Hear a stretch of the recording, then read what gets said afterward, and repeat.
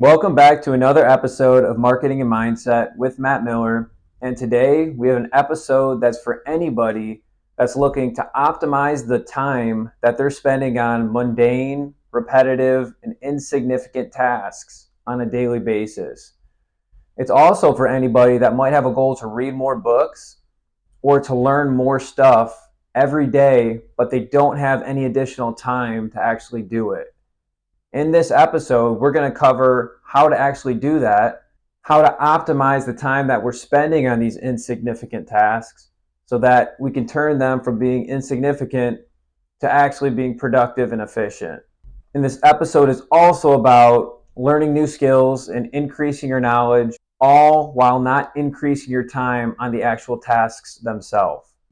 How much time do you think we spend on repetitive, mundane, and insignificant tasks every single day? The answer is probably a lot higher than you actually think it is. You probably just haven't realized it yet. See, I used to go to work, and then on my lunch break, I would take 20 to 40 minutes, and I would eat my lunch, and I would listen to music, or I would scroll on social media on my phone. But one day I picked up my phone and went on the podcast app and searched the word finance.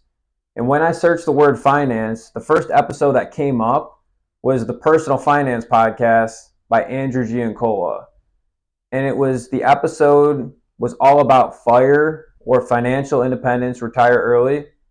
And what that podcast did for me is I was able to take a 20 to 30 minute lunch, and instead of listening to music or instead of scrolling on social media, I was able to take that podcast and actually learn something while doing it.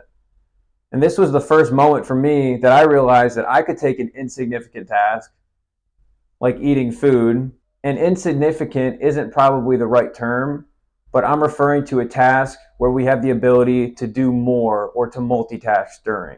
And at the end of that 20 to 40 minute lunch, I learned something completely new on the topic of finance, which was a topic I was most passionate about at the time. And what I did was every time that I went into my car for lunch, I turned on a podcast episode. And then it translated into the gym.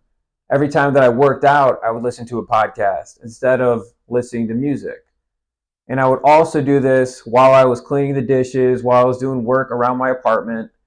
And I would listen to a podcast, or I even got into the Audible app, which is a way to read books, audio versions, by listening to them. And I always thought that I didn't have enough time to learn something new, to take up learning a new skill, to increase my knowledge on a different subject matter. I never thought I had the time to do it. But once I flipped the switch and realized that there's certain tasks that don't need our undivided attention and that we can actually use those tasks to learn something, that's when it all changed for me. And then I started learning and listening to a lot of things while I was doing those repetitive, mundane tasks. And the key thing that I got out of all this, you have more time to learn than you think. You just have to think of when you can learn. Again, you have more time to learn than you think.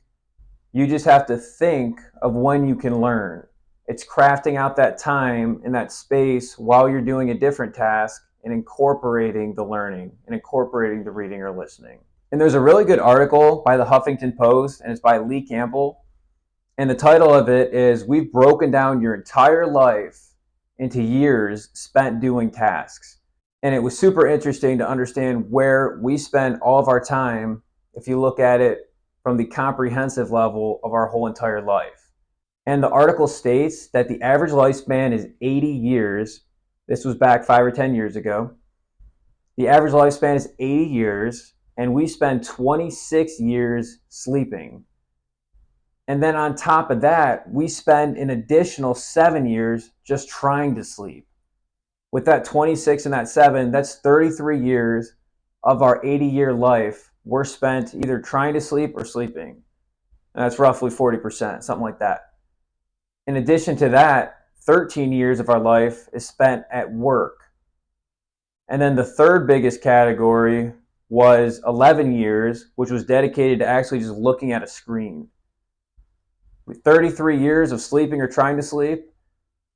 And then we had 13 years at work. and then 11 years actually staring at a screen. And then the fourth biggest bucket was the time that we spent eating. And we spend 4.5 years out of that 80 years actually eating. Those are the four biggest bucket. Between the four, that was 33, 13, 11, and 4.5. And then the other four categories after those top four was spent on holidays, exercise, romance, and socializing. And then outside of those 8 big buckets, there was one additional bucket that carried the rest of everything, carried all the other tasks. And that bucket was the other category. And that other category was 8 years. And out of those 8 years, the two biggest drivers was our commute time, and the second one was cleaning. And I would consider both of those tasks that we have the ability to incorporate another task. And if you think about it, 8 out of 80 years is 10%. 10% of our life, roughly, you could even take some time from the other buckets, but we'll just use 10% is spent doing mundane, repetitive, and boring tasks.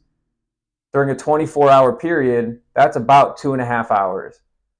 Now, if we take those 2.5 hours and supplement learning, reading, and listening, or even if we just took half of that 2.5 hour time period, now we're talking 1.5 hours.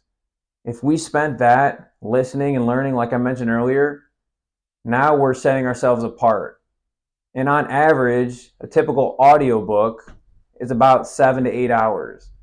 If we did an hour and a half a day, that takes care of that 7 or 8 hours. And all of a sudden, we're learning more, we're reading a book a week, and we're really increasing our knowledge. The key deciding factor on whether or not we can supplement reading or learning into one of our tasks that we already have going on is using what I like to call the permission to multitask process flow questionnaire. And there's 3 different buckets in this process flow that allows us to think through if the task can be utilized to incorporate a different task for learning. Whenever we have a task in front of us, the first question we should ask ourselves is, can you complete the task without undivided attention? Can you complete the task without undivided attention? If the answer is no, then we have to focus on the task at hand. However, if the answer is yes, then we drop down to the next question, which is, can you multitask and learn while completing this task? Can we multitask and learn while completing this task? If the answer is no, then you need to focus on the task at hand. But if the answer is yes, then you can drop to the third question. And the third question is, does the benefit of learning outweigh the efficiency of focus? If the answer is no, then we need to focus on the task. But if the answer is yes, then that gives us the permission to multitask. Again, the first question we should ask ourselves when we're given a task is, can you complete the task without undivided attention? If the answer is no, then we need to focus. But if it's yes, then we ask ourselves, can you multitask and learn while completing this task? If the answer is no, then focus. If the answer is yes, then it drops to the third bucket. Does the benefit of learning outweigh the efficiency of focus? If the answer is no, focus. If the answer is yes, then that gives us the permission to multitask. And once we have the permission to multitask, that's when we can start listening to podcasts at the gym. That's when we can start listening to audiobooks on our commute to work. Or that's when we can take an online course and listen to the audio program while we're doing the dishes or while we're cleaning up around the house. One thing that I encourage everybody to do is turn your car, turn your gym, and turn your chores into a library of learning. Turn your car, gym, and chores into a library of learning. And that's going to give us the permission to learn and to grow without spending any additional time throughout the day on these tasks. Instead of spending more time, instead we're having a mindset shift and focusing on what we're already doing, but making it more efficient. In summary, 10% of our day-to-day activities are spent on mundane, repetitive, and insignificant tasks. If we can take the 10% out of our day, which is 2.4 hours, and instead refocus it and learn new things while we're doing those tasks, that's going to set ourselves up for success and set us apart from the crowd. And we should always be asking questions that gives us the ability and gives us the permission to multitask. And lastly, it's super important to turn your gym, turn your car, or turn any kind of chore into learning. And that is the key to optimizing those tasks at hand. Thank you guys for listening, and we'll be back with another episode shortly.